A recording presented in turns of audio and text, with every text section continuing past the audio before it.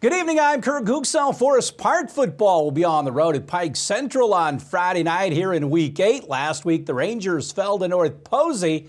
Forest Park head coach Terry Riggs on that game and the matchup with the Chargers. Going into it, we knew North Posey, they're obviously a really good group. We know what we have, so we were confident in our guys. We reviewed everything to the best of our ability, offense, defense, special teams. They came out, they hit us in the mouth. We had glimpses of, bright spots offensively, defensively, and special teams. Again, you want to be playing your best football going into sectionals. Unfortunately, last week wasn't our week. We put together 2 or 3 decent drives, made some mistakes in the red zone, more close to it, and then, we obviously come out at halftime.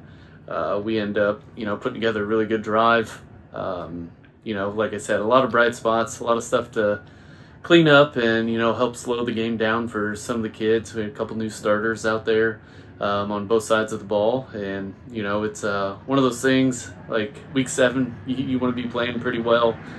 We got to turn this thing around in a hurry. What'd you see out of Pike here? They're athletic, they're fast, their quarterback, tailback do a really good job in space. They're big, their line offensively and defensively, they're physical, they're big, they remind me a lot of South Spencer kids. Like I said, they're about 50-50 run pass, a little skewed a little bit, because the last game trying to run the clock out. Defensively, they're going to do what they do, very similar to North Posey. They're obviously disciplined in what they do on both sides of the ball, but I think it's great for the PAC in general when everybody's playing really well. It's been fun so far, obviously, coaching in the PAC, especially this year. But this week we got to turn the wheels on, get moving fast.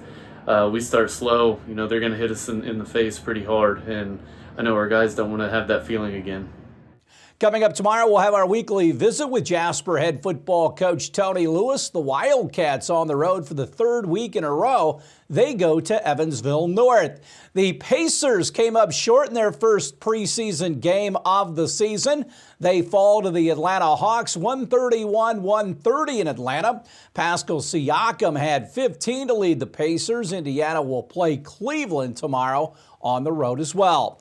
The Colts took care of some roster moves yesterday. Indy signed cornerback David Long to the active roster from the practice squad. The Colts also signed running back Trent Penix to the practice squad.